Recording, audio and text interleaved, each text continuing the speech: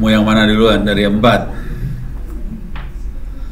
Firewall, pasti udah pada tahu. Secure Shell Secure Copy, VPN, Web Application Firewall. VPN tuh kalau ngomong VPN, kalau VPN saya akan ngomongnya OpenVPN sih sebenarnya, bukan VPN yang Microsoft. Mau yang mana? Di antara 4. Secure Shell Secure Copy. Udah. Itu gampang sih, bisa dibahas cepat. Terus 2 lagi. 1 lagi, 1 atau 2. Mana yang? Hah? WAF. Oke. Jadi kita akan bahas Secure Shell Secure Copy. Mungkin sekalian sambil Secure Shell Secure Copy saya akan bahas juga AirSync. Karena AirSync akan pakai SSH, SCP SSH ya buat ngambil data. Mungkin yang belum tahu yang namanya AirSync, tadi cara kita backup pakai DD. DD itu satu partisi diambil. Kalau AirSync itu akan ngambil file. Cuman kalau misalnya kita udah ngopi ada file di server sama file di komputer kita buat backup. Oke, atau bisa juga antara 2 server juga bisa sih sebenarnya. Pokoknya antara 2 komputer ada file di sana sama file di sini. Kalau sudah pernah di AirSync, file ini udah update sama sebelah sana dong. Nah, kalau ada banyak file dan ternyata semuanya tidak berubah, dia tidak akan ngopi. Dia akan ngambil file yang berubah doang. Tapi dia nggak ngopi perubahannya loh, nggak. Dia akan ngambil satu file yang berubah. Jadi kalau ada file database besarnya 1 giga, ada perubahan sedikit, cuman 10 mega gitu perubahannya, dia ambil 1 giganya, gitu ya. Bayang ya. Jadi AirSync akan ngambil file, seluruh filenya. Kalau ada perubahan dia ambil seluruh file. Kalau nggak ada perubahan ya udah dia diamin. Saya punya kebiasaan AirSync sih sebenarnya. Itu juga kalau ada yang ngirim hard disk ke saya, buat saya kopiin perpustakaannya, gua kopiin. Itu saya pakai AirSync kopinya. Saya nggak pakai copy gitu. Kenapa saya pakai AirSync? Soalnya listrik suka ngejepret. Kalau listrik ngejepret, kalau pakai copy diulang dari awal kan ngopinya. Kalau AirSync hanya file yang belum ke copy aja di copy, kira-kira gitu. Jadi AirSync saya biasa pakai buat ngopi, buat backup segala macam. Jadi proses backup ada yang namanya DD, ada yang pakai AirSync segala macam, dan AirSync itu pakai SSH. SSH bisa dipakai juga buat nge-remote. Biasanya SSH kita pakai buat remote server. Kita juga SSH bisa juga selain remote, shell-nya kita bisa tarik layar ke tempat kita. Jadi GUI-nya, grafiknya bisa kita ambil. Pakai SSH juga bisa sih sebenarnya. Oke. Saya akan masuk Secure Shell Secure Copy dulu, udah gitu kita masuk WAF ya. Oke. Untuk WAF saya akan uji nyali. Ini percobaan banget WAF ya, uji nyali. Saya akan coba praktekkan beneran WAF-nya. Saya akan install terus dipraktekin WAF-nya. Cara praktekinnya ini, tapi bisa gagal ya, jangan khawatir. Jadi saya akan coba praktekin WAF-nya diinstal di web server. Kemudian saya bikin file PHP untuk username password. Oke.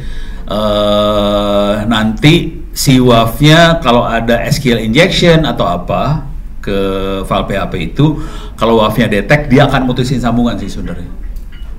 Jadi ngedrop. WAF tuh sadis sih sebenarnya, sadis banget.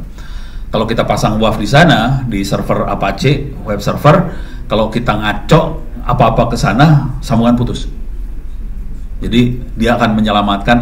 Jadi kalau firewall yang normal, dia akan monitoring paket di bawah. IP-nya, source-nya berapa, destination berapa, port-nya berapa, itu firewall yang biasa. Kalau web application firewall, itu firewall yang dijalankan di aplikasi. Dia akan monitoring aplikasi, dia nggak peduli bawahnya.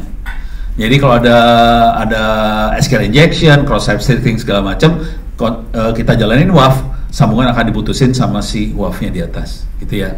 Jadi keren sih WAF, cuman jalaninnya seru-seru gimana gitu. Oke, saya akan coba SCP sama ini. Saya akan masukin dari sini. Kalau SSH kayak gini doang sih, cara SSH biasa aja ya. Saya keluar dulu. Nah, clear layar. Sorry. Oke. SSH ini SSH biasa. Berapa tadi? 857. Ini biasa. SSH biasa aja. Oke. Yang perlu dilihat di SSH itu gini, sudosu etc SSH. Oke. Di dalam folder SSH ini, coba balik lagi folder SSH, ada satu file yang penting, yang ini rata-rata SSH cuma ada satu file namanya sshd-config. sshd-config adalah file konfigurasi server SSH-nya. sshd-config ini file konfigurasi server, banyak sih parameternya. Nah, kalau ini kebiasaan Ono, kebiasaan nggak bagus sih sebenarnya. Salah satu kebiasaan Ono adalah saya biasanya tidak ngasih pertahanan di server saya. Parah ya. Firewall nggak ada sih sebenarnya. Pokoknya server gue parah lah. Tidak ada pertahanan sama sekali. Pertahanan gue cuma satu biasanya. Cuman port SSH-nya nggak dua-dua, itu aja. Jadi pertahanannya Ono pakai softwarenya, semua aplikasinya default. Karena dia default, dia relatif aman. Tidak dimacem-macemin aplikasinya kayak dari CMS, content management system kayak WordPress apa segala macam. Saya pakai default, nggak gua macem-macemin. Kemampuan buat uploadnya diturunin supaya orang nggak bisa ngupload macem-macem. Udah, aplikasi kayak gitu. Pertahanannya terutama saya ngandelin di sini, di SSH ini. Jadi kalau ngelihat servernya Ono, firewallnya nggak ada sih sebenarnya. Servernya Ono nggak pakai firewall, web application firewall juga gue pasang, parah gue. Soalnya nggak ada yang penting di situ, nggak ada duitnya, orang semua dikasih gratis, jadi kemungkinan orang buat nyerang nggak banyak. Cuman saya main di sebelah sini nih, di port ini. Port ini saya set bukan 22. Terus satu lagi pertahanan saya yang lain adalah adminnya selalu lebih dari satu orang. Server. Admin itu maksudnya gini. Orang yang bisa login terus bisa jadi super user pakai sudo ya, sudo su itu lebih dari satu orang, rootnya satu, cuman ada beberapa orang yang bisa jadi admin itu. Jadi pertahanan Ono cuma gitu doang sih, ganti port ini terus yang bisa jadi super user ada berapa orang.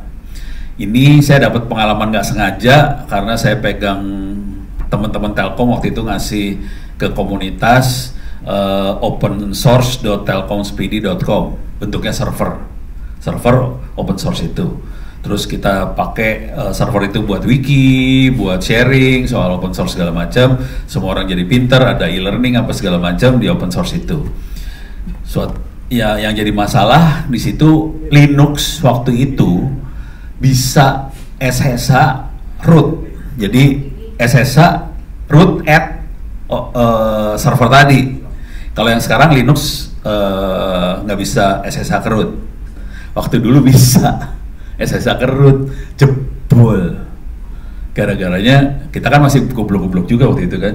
Sampai sekarang juga nggak pinter-pinter amat sih sebenarnya. Jadi kita nyalain SSH supaya bisa kita nge-remote, tapi portnya 22. Udah jebol. Terus anak-anak laporan, Pono, ini rootnya jebol gini. Wah, semua pada panik kan, semua jebol. Semuanya lupa kalau ada di antara kita berapa orang itu bisa jadi root. Ya udah, gue masuk ke server ini. Rootnya udah diambil alih nih.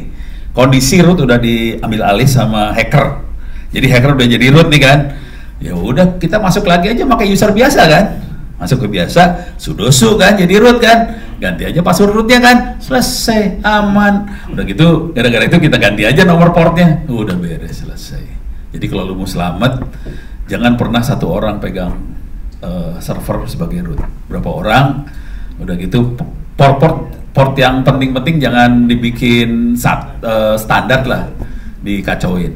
Terus pakai nomornya di atas 10.000 kali ya, pokoknya biar orang nyangka itu klien. Soalnya gini, kan kalau di jaringan ada klien, ada server. Server biasanya nomor portnya kecil-kecil ya, di bawah 1000 gitu ya, 80 tuh web, 443 TTPS, portnya kan kecil-kecil semua tuh kalau server. Jadi rata-rata scanner, hacker, kalau nge-scan server, dia akan nyari port kecil. Kalau port kecil, kemungkinan besar dia server. Gua taruh aja di port di atas 10.000, dia akan nyangka itu klien. Jadi kalau kita lihat komunikasi antara klien server, kita cek aja pakai Wireshark, pasti klien portnya gede-gede, server portnya kecil-kecil. Ya udah, gue bikin portnya jadi port gede. Ya udah, ketipu dia. Itu teknik nipunya. Beres ya? Deh, ini SSH catatannya itu yang paling gedenya. Terus SSH yang lama itu kita biasanya enkripsinya yang parah sih. Enkripsinya pakai enkripsi yang parah-parah. Oke, sekarang ini udah beres. Sekarang kita kasih lihat teknik transfer file. Kalau di Windows pakai WinSCP sih ya. Kalau di sini saya akan transfer pakai SCP biasa. Enaknya transfer apa ya? Forensik misalnya. Ini ada, salah. Ini forensik, kita punya beberapa file di dalam folder forensik, bukti 1 apa segala macam forensik. Terus di servernya, di servernya kosong, nggak ada apa-apa, cuman ada folder namanya mail. Saya akan transfer, cuman gini aja, SCP minus rekursif, salah. SCP minus rekursif salah.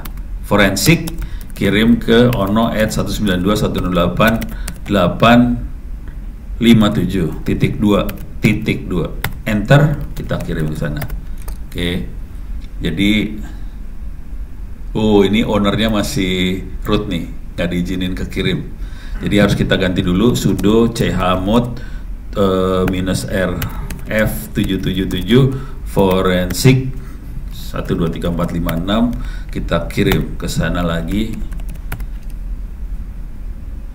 Udah kekirim semuanya. Coba kita lihat di server ls forensik, udah kekirim, beres ya. Nah, yang lain lagi dari SSH SCP adalah kita bisa ngejalanin perintah secara remote sebetulnya dari jauh pakai SSH ini. Cuman saya perlu contekan, jadi saya nyontek dulu ke wikinya Ono SSH.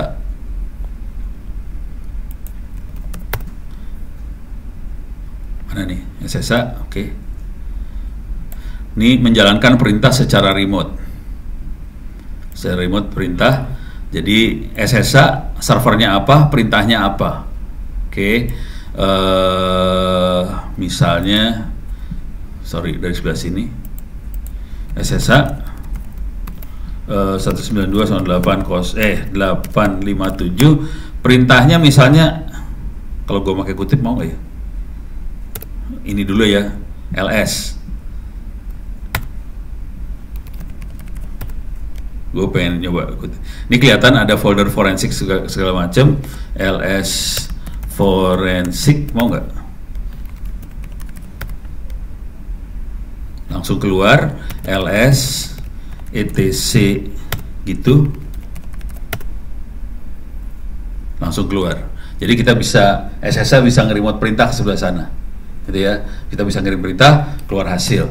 Terus yang lain lagi dari SSH, yang lucu-lucu dari SSH kira-kira gini, kita bisa masuk secara otomatis ke mesin sasaran tanpa kita perlu masukin username password. Kalau tadi kan saya masukin username password. Caranya supaya kita tidak perlu masukin username password, kita harus masukin SSH key-nya ke file yang namanya id dsa pub di dalam folder SSH ini. Oke.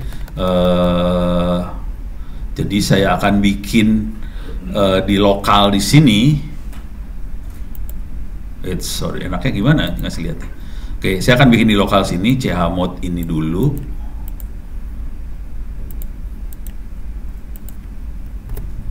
Oke, udah. Sekarang saya akan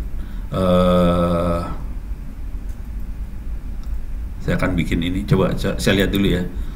ls.ssh.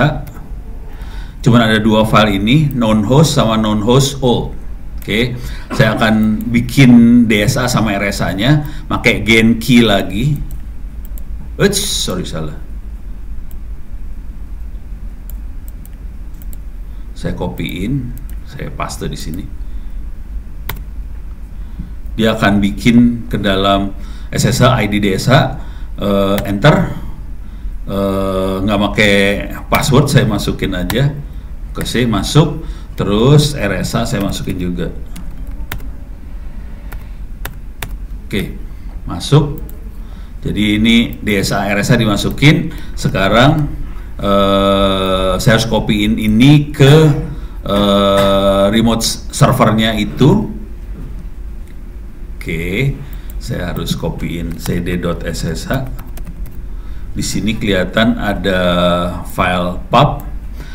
File pub itu adalah public key. Kita punya public key, private key. Coba kita lihat isinya apa. rsa.pub. Oke, bentuknya kayak gitu. Oke, sekarang saya copy scp bintang pub ke server 857.2. Oke, dua file public key saya copy ke server. Ini sudah dikerjakan. Ini kita copy dua-duanya ke server. Oke, di remote server masukin ke di add ke ID DSA pub sama ID RSA pub. Ini di add ke authorized key. Oke, di sini kita masuk ke server .ssh. Nggak ada. Bentar. Oh, mkdir dulu. Saya harus bikin di server mkdir. Oke, udah. Terus saya bikin file namanya authorized key. Touch lagi. Di sini udah. Kalau touch itu bikin file, tapi nggak ada isinya, kosong. Jadi touch itu bikin file tanpa isi apa-apa. Sekarang kita cut, masukin key itu ke dalam file authorized key. Oke, udah masuk dua-duanya. Sekarang kita bisa nge-remote nih. Coba. Ini di server kondisinya. Ini saya akan keluar dulu dari server. Keluar. Clear layar. SSH 192.168.857. Bismillahirrahmanirrahim. Masuk langsung. Beres ya. Ulang lagi biar kelihatan. Clear layar. Perhatiin saya ada di mesin namanya Dell. Ono at Dell. Saya akan masuk ke server SSH Ono at 192.168.857. Enter. Saya masuk ke server. Langsung Ono at server sekarang. Oke. Sekarang saya akan bikin file buat rsync backup. Misalnya saya kasih nama backup di server. Oke. Saya punya folder backup di server. Sekarang ini perlu apa ya? Kalau buat auditor, contoh paling gampang kalau buat auditor ngelihat kayak ginian adalah kita punya beberapa pilihan untuk teknik backup. Pilihan pertama adalah backup seluruh partisi. Pakai DD itu satu partisi di backup. Outputnya adalah file ISO. Itu bagus kalau kita perlu install ulang server. Jadi tanpa install ulang server, partisinya bisa kita balikin lagi, restore pakai DD. Tapi DD itu satu partisi langsung diajar habis. Kalau kita mainan rsync itu file backup. Jadi saya biasanya kalau DD itu periodenya lebih lama, misalnya seminggu sekali atau sebulan sekali itu DD. Tapi kalau yang rsync itu biasanya tiap malam hajar, di copy tiap malam, gitu. Misalnya database atau apa, tiap malam kita copy pakai rsync. Kalau nggak ada perubahan ya rsync-nya nggak kerja. Kalau ada perubahan baru rsync-nya ngambil seluruh file. Oke. Saya bikin folder backup. Sekarang saya akan edit si rsync-nya. Rsync itu pakai SSH juga. Oke, saya masuk sini. Wiki rsync.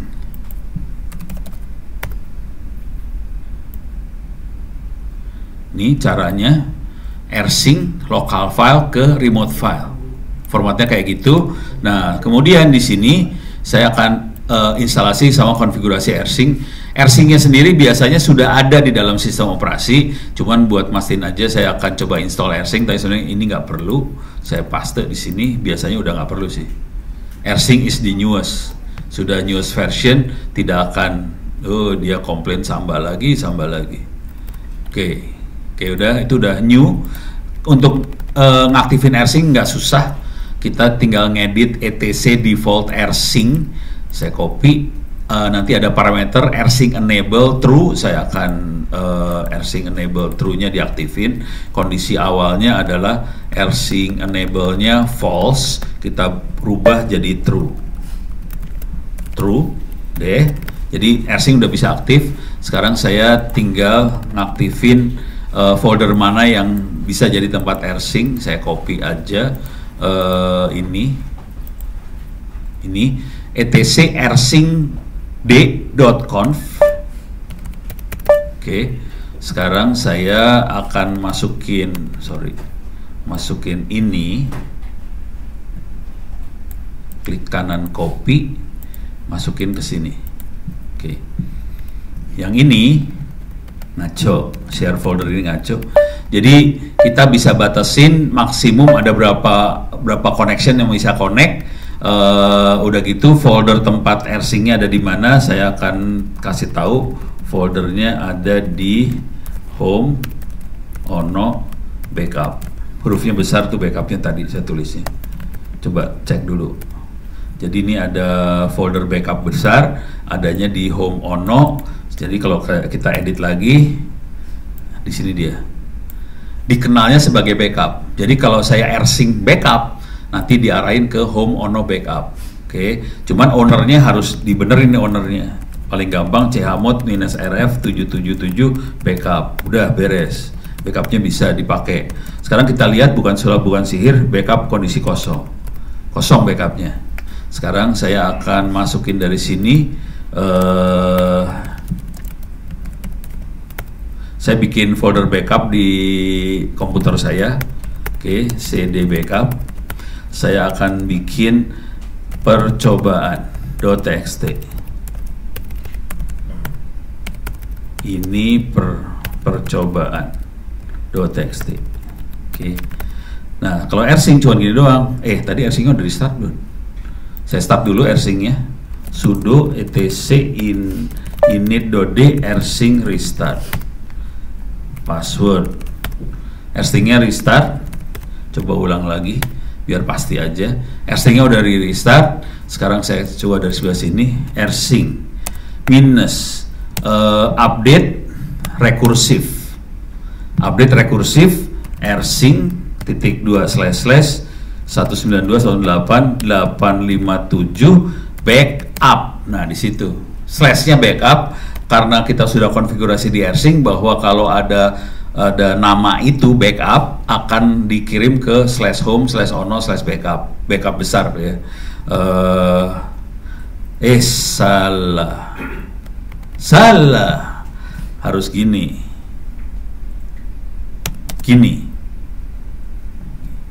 ya. Jadi harus source destination. Source-nya saya kasih bintang di sini. Atau biar kelihatan serunya gini deh. Percobaannya. AirSync minus update recursive backup. Oke. Backup bintang ke AirSync 192.168.857/backup gitu. Dah. Jadi ini foldernya, nama filenya apa, terus saya kirim ke mesin mana. Waktu saya bilang saya kirim ke mesin mana, di depannya saya kasih kata-kata AirSync. Proses komunikasi AirSync sama servernya pakai SSH. Oke, saya akan enter. Reset by peer. Bagus. Ini seru kalau udah kayak gini nih urusannya biasanya. Coba saya rubah.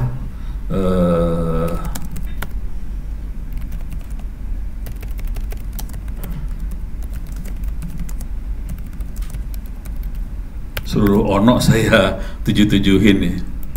Mudah-mudahan mau nih. Coba saya ini dulu. etc init.d AirSync restart. Oke, kita coba lagi. Kalau enggak saya balik soalnya. Nggak mau. Coba kalau gini mau nggak? cd backup. Oke.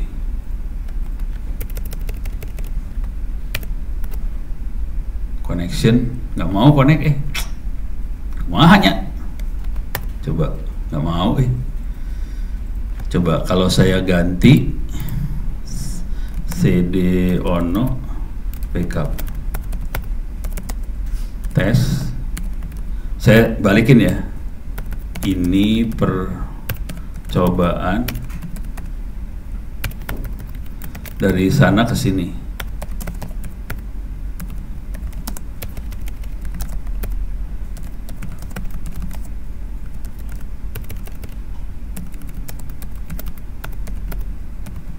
LS backup. Oke, kita coba. Saya balik arah dari sana ke sini. Mau nggak ya? rsync minus UR minus ini 192 salah slash-nya 2, atau saya clear dulu layar. rsync minus UR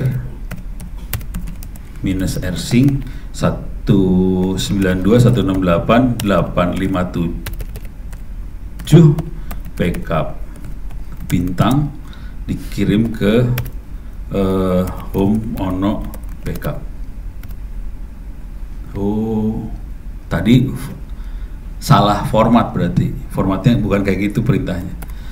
Nah, kelihatan di sini ada tes.txt diambil dari server. Kalau kita lihat tes.txt isinya ini percobaan. Sekarang saya di server saya tambahin kata-kata backup tes.txt. Saya kasih tambahin lagi, ini tambahan. Oke, saya save. Kalau kita lihat di sini belum ditambahin. Sekarang saya coba rsync lagi. Rsync, enter. Coba kita lihat lagi more txt di laptop saya, udah ada tulisan ini tambahan. Kalau mau ditambahin lagi, itu caranya. Kalau mau gila, ya ini gini aja, vi tes2.txt. Ini file kedua. Oke, ini ada file kedua, chmod 777 tes 2. Oke, saya punya dua file, tes.txt sama tes2. Kalau kita lihat dalam sini, cuman ada tes.txt, tes2-nya nggak ada. Sekarang saya rsync dari sebelah sini. Saya rsync-nya backupnya bintang. Semua file di bawah rsync akan di copy ke home ono backup, enter. Kalau ls kita punya tes2 txt sekarang dapat. Beres ya? Itu fungsinya rsync, dan ini tool yang biasa saya pakai sehari-hari. Jadi server-server file perpustakaan segala macam di rsync caranya. Dengan cara itu saya bisa punya backup dan gak perlu lama nunggunya, hanya perubahan filenya aja yang saya copy. Perpustakaan saya ada 12 tera, ada di 2 server. 12 tera, 2 server, itu selalu di rsync satu sama lain.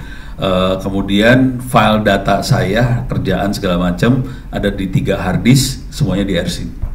Dengan cara itu saya cukup punya satu, terus di rsync beres semua. Yang jadi masalah paling besar waktu kita bikin perpustakaan adalah duplikasi file. Jadi waktu kita download file bukunya, bukan download sih, nyolong ya. Waktu kita nyolong buku-buku itu dari internet, seringkali orang bukunya sama, namanya agak beda. Misalnya kalau yang ini judul buku terus penulis PDF, kadang-kadang bukunya sama, penulis judul buku PDF, jadi kayak gitu.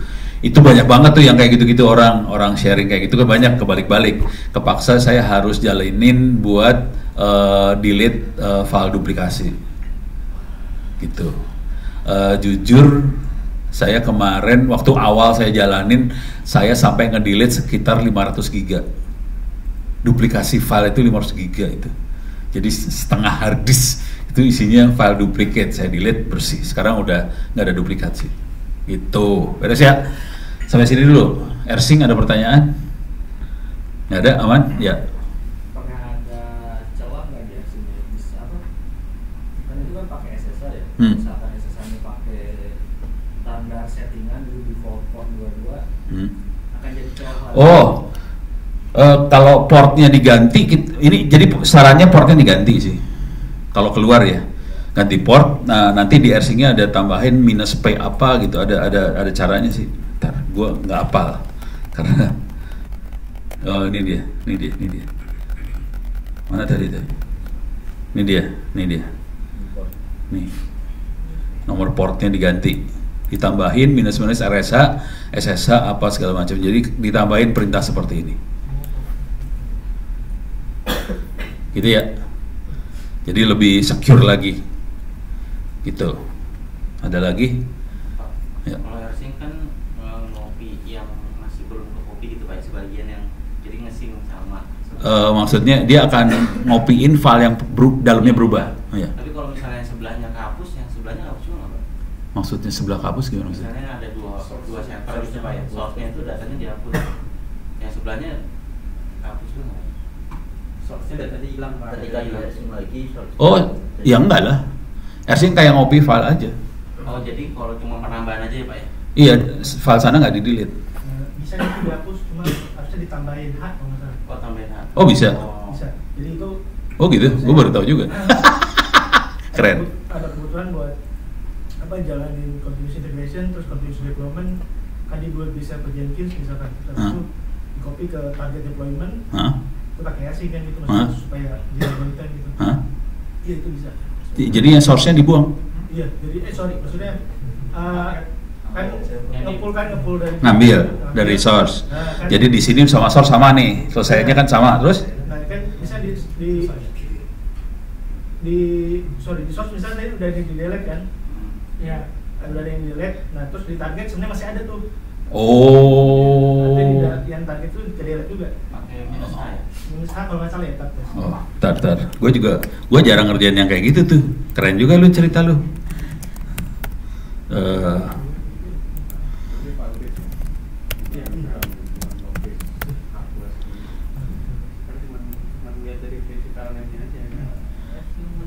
Ini mah human readable kalau H ya. Coba ntar ada yang delete nggak? Bisa min D kali ya? Bisa delete. Oh keren. Ini ada delete before, ada delete during, delete delay, delete after, delete exclude. Ini ada kayak gini-ginian nih. Tapi nggak pakai minus-minus, dia bukan minus satu huruf gitu, dia minus panjang nih. Delete receive deletes before transfer, not during. Receive delete during transfer. Find deletion during delete after. Ini kayaknya yang panjang kayak gini. Tapi gue belum pernah nyoba nih. Informasi bagus. Soalnya kadang-kadang saya butuh itu juga. Saya butuh kalau di sini di server di delete, file di tempat gue harus di delete gitu. Iya benar, gue butuh. Tapi gue nggak pernah mikirin, soalnya kan saya bukan itu ya, saya lebih file buku. Jadi ya sana delete, ini nggak delete nggak apa-apa karena gue buku ya. Iya backup doang, gue nggak butuh sampai level yang itu. Ternyata bisa. Oh ya menarik nih. Ini ada nih kayaknya. Ini kayaknya yang ini nih yang delete kayak gini-gini ya, del. Tapi delnya macam-macam nih delete-nya. Hati-hati lu. Salah ngedelete bubar. Min delete ya.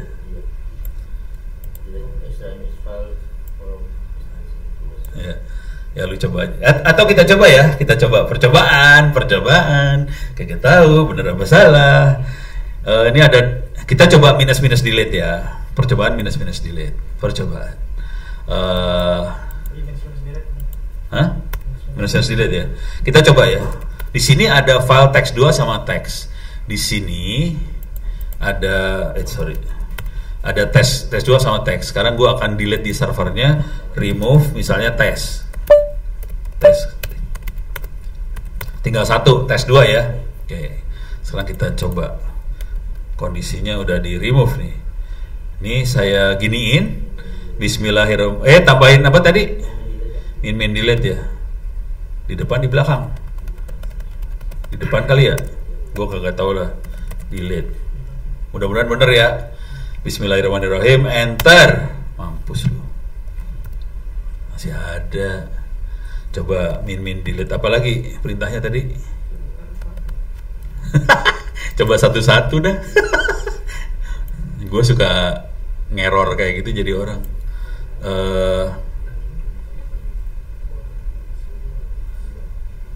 Delete after. Saya biasanya min delete atau bedanya apa? Gue ngikutin lu aja deh. Apa? sebelum min delete min a v z. A V Z. A atau H? A benar. A V Z gitu. Minnya 1 biji. Ya benar. UR-nya saya nggak pakai, nggak tahu. Oh, UR-nya lu nggak pakai? Oke. Gua ngikutin lo ya. Bismillahirrahmanirrahim. Bukan sulap, bukan sihir. Enter. Ada kayak gituan ya. Lucu ya. Coba kita lihat efeknya. Bismillah. Masih ada. Ya pokoknya kayaknya bisa, tapi perintahnya harus dicari dulu lah.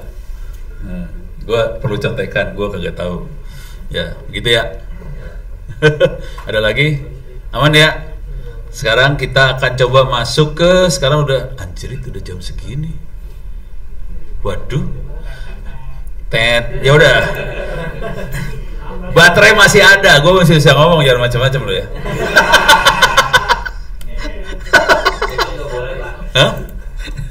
Oke, kita akan masuk ke WAV. Kita akan coba install WAV-nya. Ini mod security. Kalau di yang biasa kita pakai WAV di Apache, mod security instalasi. Di sini ada tambahan OWASP CRS 3 itu recommended. Ini intinya WAV itu kayak antivirus. Dia butuh database virus. Bukan database virus ya, database serangan. Tadi yang OWASP itu database serangan yang dibikin sama OWASP. Sekarang buat installnya kita bisa update ini.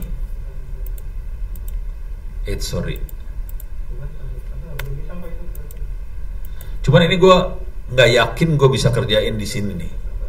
Soalnya saya pakai Ubuntu 18.04, PHP-nya PHP 5. Sementara catatan saya PHP 7 kalau nggak salah tadi.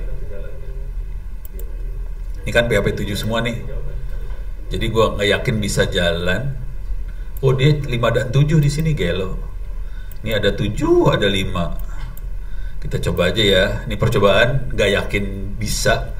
Tapi kita percobaan aja. Ini harus dioprek-oprek kayak gini, mah ngopreknya parah banget. Oke, kita update. Oke, udah. Sekarang kita akan coba install Apache-nya ini udah ada Apache-nya dalamnya. Kita akan install yang kagak ada. Kita install aja, paste. Mudah-mudahan tidak komplain. Nah loh, Apache 7 dia nggak mau, tidak ini. Iya Apache 7-nya nggak ada. Ini masih pakai Ubuntu 18.04 nih. Apache 7-nya belum ada nih. Nah kita install tool-tool yang, nah ini kebetulan si servernya server lama. Mudah-mudahan ini masih bisa kita kerjain. Kalau enggak, kita nggak bisa serius kerjainnya.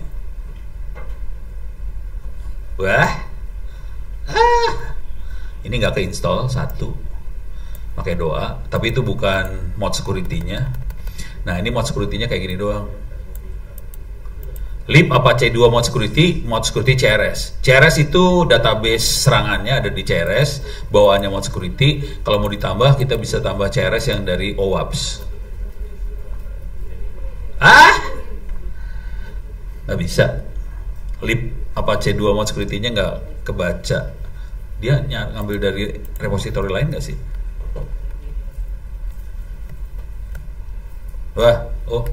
Ini padahal udah gue update nih. Ini mau buat PHP ya. Mod security-nya nggak dapet. Ya harus ngoprek lagi nih. Nggak bisa, nggak berhasil.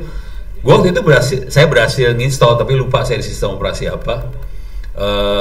Kalau udah berhasil jalan, kita bisa cek Apache mod security-nya jalan apa enggak. Pakai Apache CTL.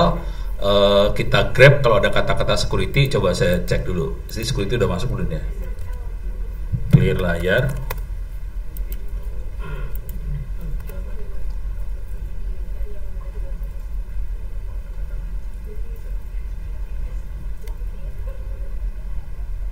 Nggak ada. Ini mah komplainnya bukan masalah ini. Coba kalau saya giniin, tuh nggak ada security di sini. Config modul. Jadi mod security-nya belum masuk, tapi nggak bisa saya install juga sih. Jadi dia bisa diinstal dari lib Apache 2 mod security. Oke. Oke. Kayaknya nggak bisa make. Ini jam berapa sekarang? Oke. Ganti server ya, ganti server. Ini udah gagal, pakai 1884 gagal. Saya akan ganti server. Ini saya shutdown dulu. Sorry, saya masih punya waktu 15 menit kan. Oke, saya akan nyalain server 22041. Ini baru start. Saya start 2204.1 kosong, kondisinya nggak ada isi apa-apa. Ini server kosongan banget. Mudah-mudahan dia mod security-nya ada di dalam situ. Ini pakai doa. Nah, poin yang perlu ini tadi barusan urusan install. Yang perlu kita lihat di bagian konfigurasinya itu ada di etc mod security.conf, ada di situ. Bisa kita reload kalau udah diinstal. Nah, konfigurasinya kira-kira gini. Ini kita bisa edit etc mod security.conf, bisa diedit. Defaultnya dia adalah security engine detection only, tidak bereaksi apa-apa. Dia detect, oke, ada yang nyerang, udah, tapi dia nggak bereaksi. Nah, kalau kita rubah jadi secure door engine on, ini bereaksi dia. Kalau yang detection only tidak bereaksi. Nah, yang seru dari auditor adalah ngecek ada WAF jalan nggak, ada WAF-nya nggak, pakainya apa. Misalnya kalau memang pakai mod security, kita cek lagi di konfigurasinya, dia detection only nggak. Kalau on, nanti mulai lagi ke bawahnya lagi ada lagi. Ini bagaimana dia ngerespon segala macam harus di set dari secure response body access on jadi off, udah gitu kita set segala macam kayak gini. Nah, di bawah sini saya punya contoh kalau nggak salah, testing SQL injection. Ini saya bikin contoh. Ini udah saya cobain sih, cuman gue lupa nyobanya pakai Ubuntu yang berapa, saya lupa.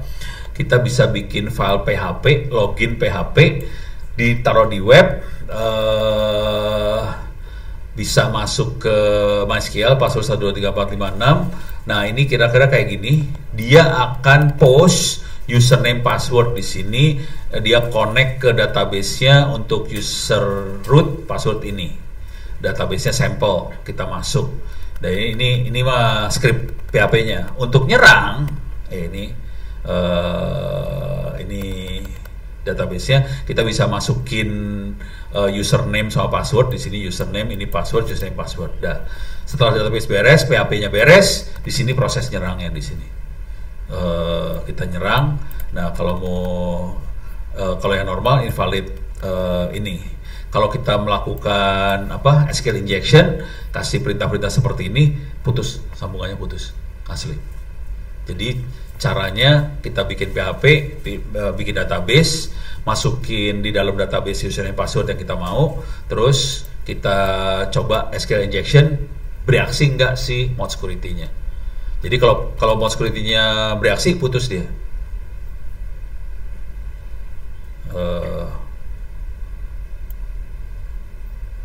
Tidak akan jalan, tekan saya pada semua paset, harusnya gitu. Kira-kira kayak gitu sih.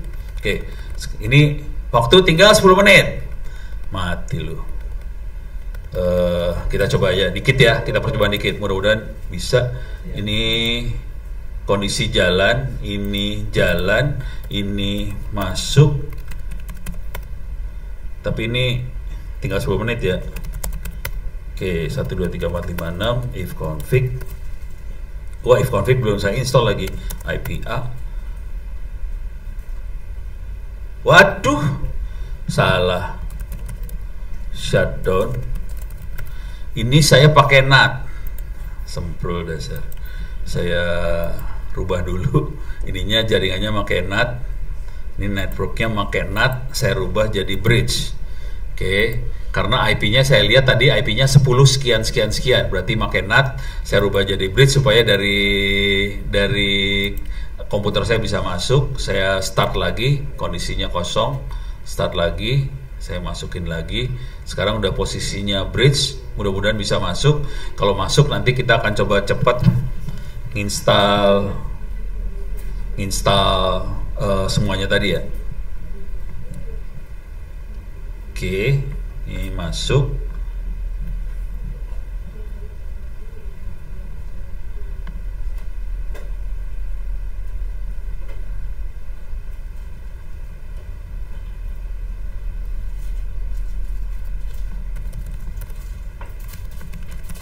Oke, kita coba masuk. Saya coba cek IP dulu.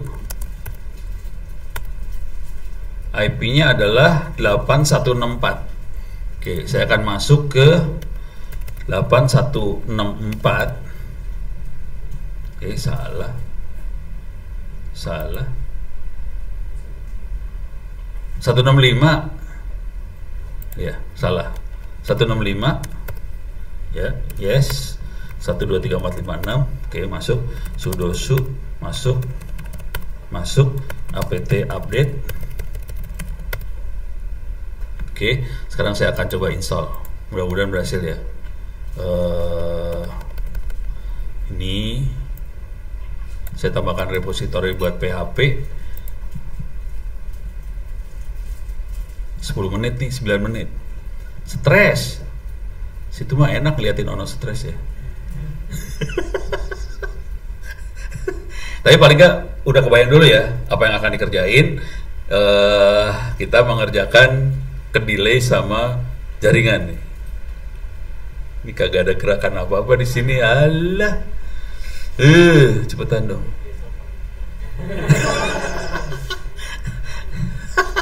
Ini nggak jalan. Aduh.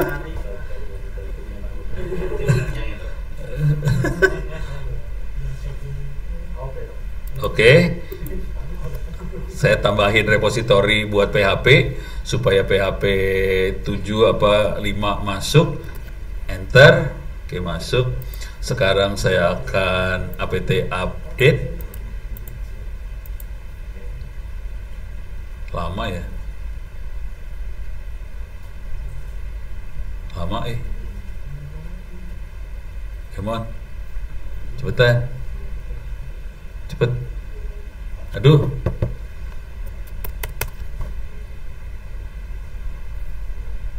Oke.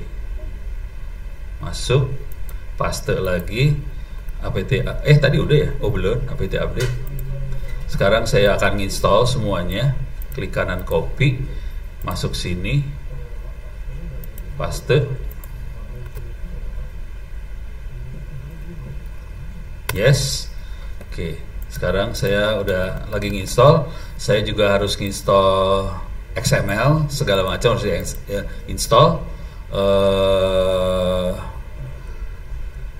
Untuk pengguna 60 Watt perlu nambahkan ini. Cuman ini kan versi lama. Sekarang yang saya install adalah Ubuntu 2204, versinya lumayan baru. Mudah-mudahan itu nggak dibutuhin. Saya butuh waktu 19 detik lagi buat selesai instalasi. Udah gitu saya akan install XML-nya, library XML. Setelah library XML saya coba akan install WAV-nya. 10.9.8 ya, naik 12. Ya, kenapa naik lagi?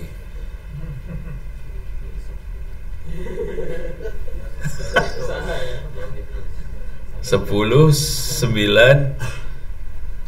Ayo dong, 7, 6, 5, 4, 3, 2, 1. Oke, ini masuk sini, namanya 22041. Wah, install dulu ya. Tadi ngedownload doang ya. Waduh. Oke, install. MySQL ke install. MySQL server ke install. Kita pakai MySQL-nya 8. Mudah-mudahan tidak ada security-nya di MySQL, karena MySQL udah makin menyebalkan. Gue udah pusing kepala sama MySQL. Saya udah ganti agama ya. Saya udah makainya MariaDB sekarang. Iya. Yang cakep sih Maria Magdalena. Rese. Ini udah jam segini udah mulai error kepala lu tahu. Oke, ini lagi nginstall. Ya. Coba. Jadi ini akan saya install XML. Habis install XML saya harus install mod security-nya. Oke. Coba kita lihat berhasil nggak. Oke, ini XML ke install.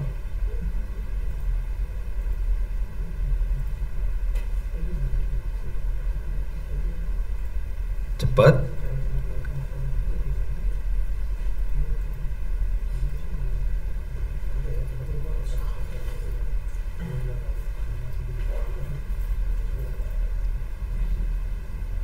wah lama juga ya, buset, walah, dia nginstal sampai PHP 8 gue kagak minta kok diinstal sampai 8 dia, paling baru 83 soalnya emang,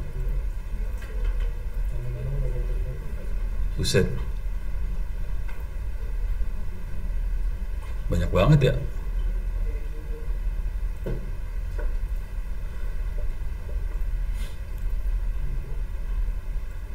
Oh, hostname nggak komplain dia hostname. Aduh, 7 8 7 5.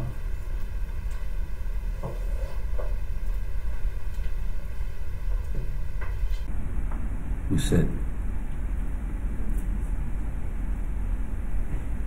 Ini instalasi beneran ini mah.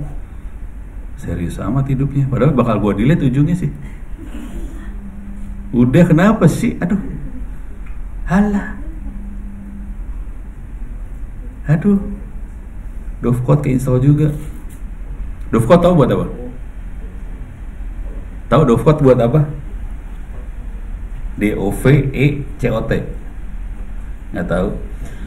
Itu buat IMAP sama POP3. Kalau email biasanya Postfix, SMTP, Dovecot buat IMAP sama POP3. Ini buat email sih. Tapi saya bingungnya kenapa jadi keinstall semua ya.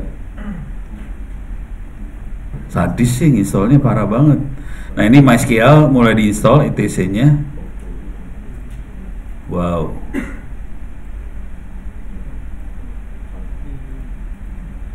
Come on. Ini kita foto dulu aja kok. Iya betul.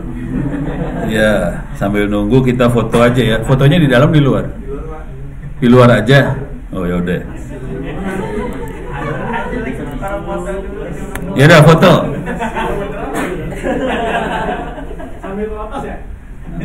Sambil bawa tas fotonya ya. Betul. Ya udah kita lihat aja ntar habis foto, kalau masih jalan ya udah nyerah. Gitu. Sambil nunggu ID card depan. Ini gua udah paste nih, ini gua paste lagi nih.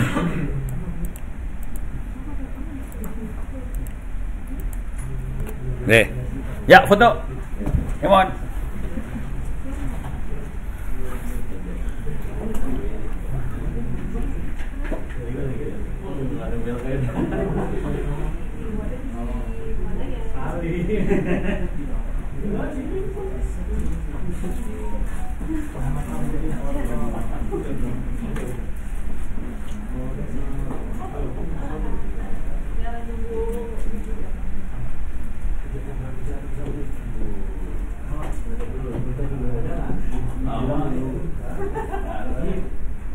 Perjuangan banget.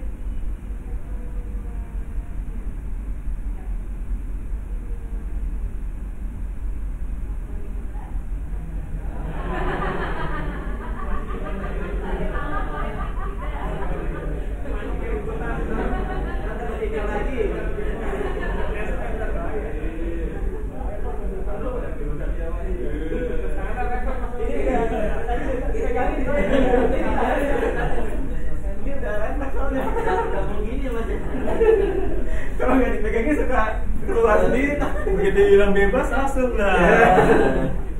Pertanyaannya ini udah berhasil belum? Error tuh postfix. Coba kita lihat bentar ya. Kalau nggak berhasil ya udah. Ini kayaknya udah beres. Coba kita lihat. Ini.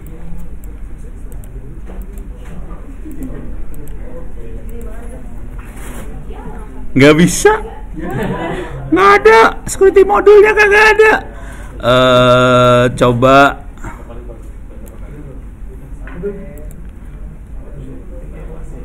Ini terakhir ya. Kita cobain lihat.